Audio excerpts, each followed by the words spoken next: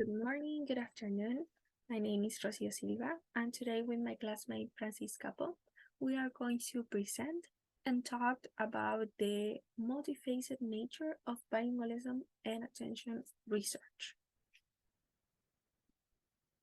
To start, we need to know that this research, this study was made by three authors called Ashley Shum, Fat Jin, Noelia Calvo, and John G. Grundy. These authors decided to create this research and to write about it in order to summarize the results from different studies by different authors that explore the link between bilingualism and attention. So that is the main topic inside of this research. But also we have some important topics that will going to help us to summarize this research. And there are three. The first one is that we're going to explain the purpose and the methodology of this research. We are going to explain the theoretical framework, and we are going to explain the results and conclusion of this research. As I already told you, these authors made this research in order to summarize different studies that will help us to link bilingualism with attention. But some of the purposes inside of this research are the ones that are here in this slide. First one, we have the need to determine when groups differences appear. These differences can be age, younger adults versus older people, if they are monolingual or bilingual, if they grow up in households where they learn more than one language, or they just learn one, among other different aspects that will help us to see these differences. Another important purpose is the importance of considering the different forms of attention when examining the effects of bilingualism. As I said, the two main topics inside of this research are going to be bilingualism and attention. And obviously, the authors are trying to link bilingualism with attention. And another important fact about attention is that it's going to be divided in 5 types of attention that we are going to see later. And finally, we have that this research is going to give us a brief review of the literature on attention and bilingualism by covering different types of attention. Like I'll tell you a couple of minutes before, the authors are trying to link bilingualism with the different types of attention that we are going to see inside of this research. So now that we know the purpose of the authors inside of the research, we can continue with the methodology of the research. As I told you, attention and bilingualism are the main topics. And inside of attention, we have 5 different types. These are sustained, selective, disengagement, divided, and alternating attention. I'm going to give you a brief definition of every single one of them for you to understand a little bit more how they work and what they are. We have first sustained attention, and as the name says, we maintain the focus over a period of time. Now we focus on maybe an object, a task for a period of time. Then we have selective attention, and it's when we focus on relevant stimuli while we filter out irrelevant stimuli. So we just focus on one task or object at a time. Then we have alternating attention. That is when we switch between 2 tasks. So we decided to focus on one task, and then we switch and we focus on the other. Then we have divided attention. That is when we focus on two tasks are at the same time. So the difference between alternating attention and divided attention is that in alternating, we focus on something, then we switch and we focus on the other task. But in divided attention, we focus at the same time on both of them. That is the main differences between alternating and divided.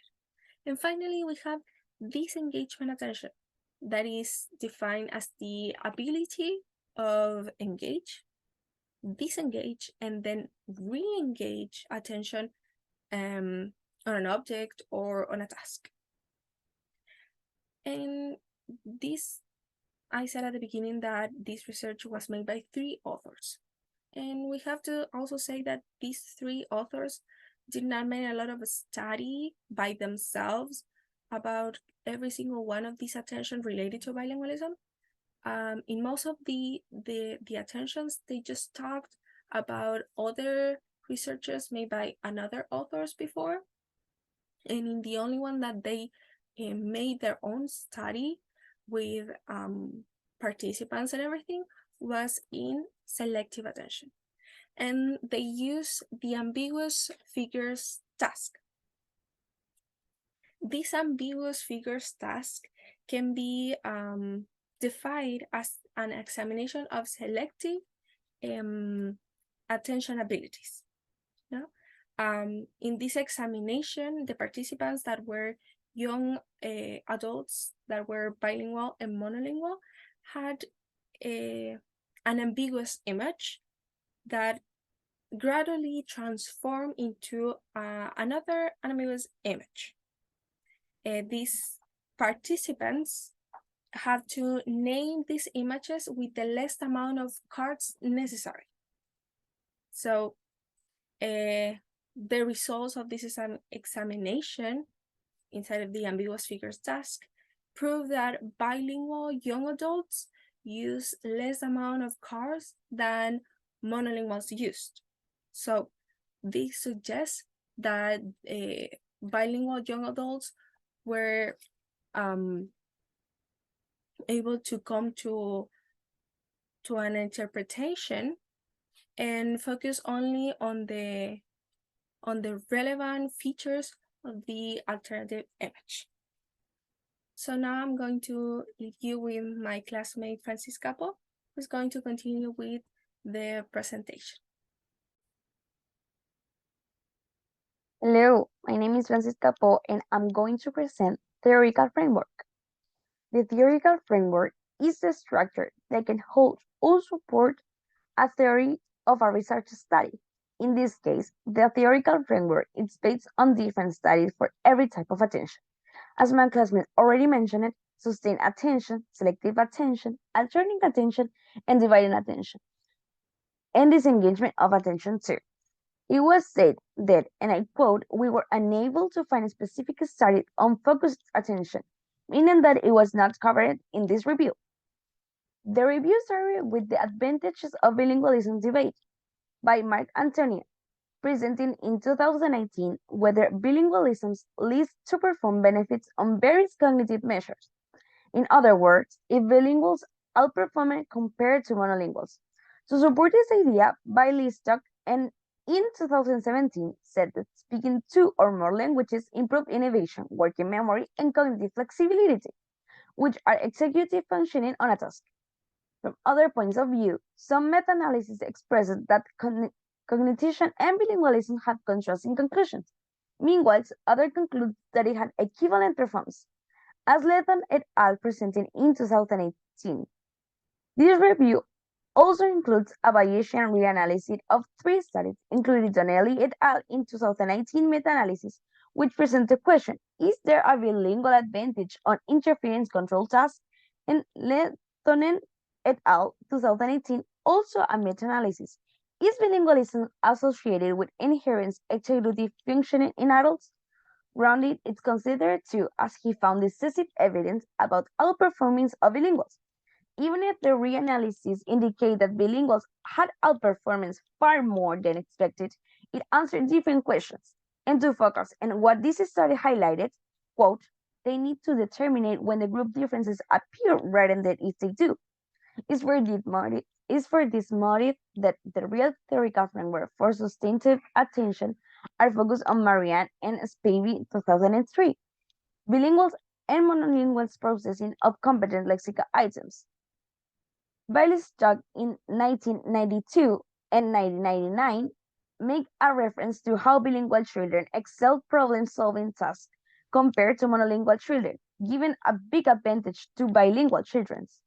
Green in 1998 proposed that inhibitory control model in which competing potential outputs of lexical semantic system are inhibited depending on the goal of the speaker. But Bialystok in 2017 said that cognitive outcomes associated with bilingualism are unlikely because of evidence. In 2011, Hilschi and Klein proposed nonverbal tasks to refer to alternating attention, and we can add two distracting elements considered by Erickson in 1974. It is also mentioned that Hilschi and Klein said that bilinguals have a better adaptation in situations where divided attention is required. Martin Reed and Bialystok said in 2008 that inhibition is not unitary construct, confirmed by delaying gratification and controlling impulses.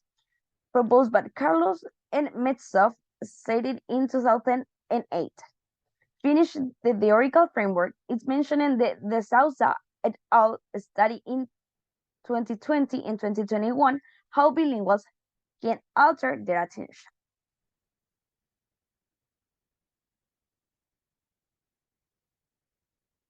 As resulting conclusion, we can find in this review provides an, quote, overview of the complexity involved in understanding research of bilingualism and attention, as word has been simplified in literature.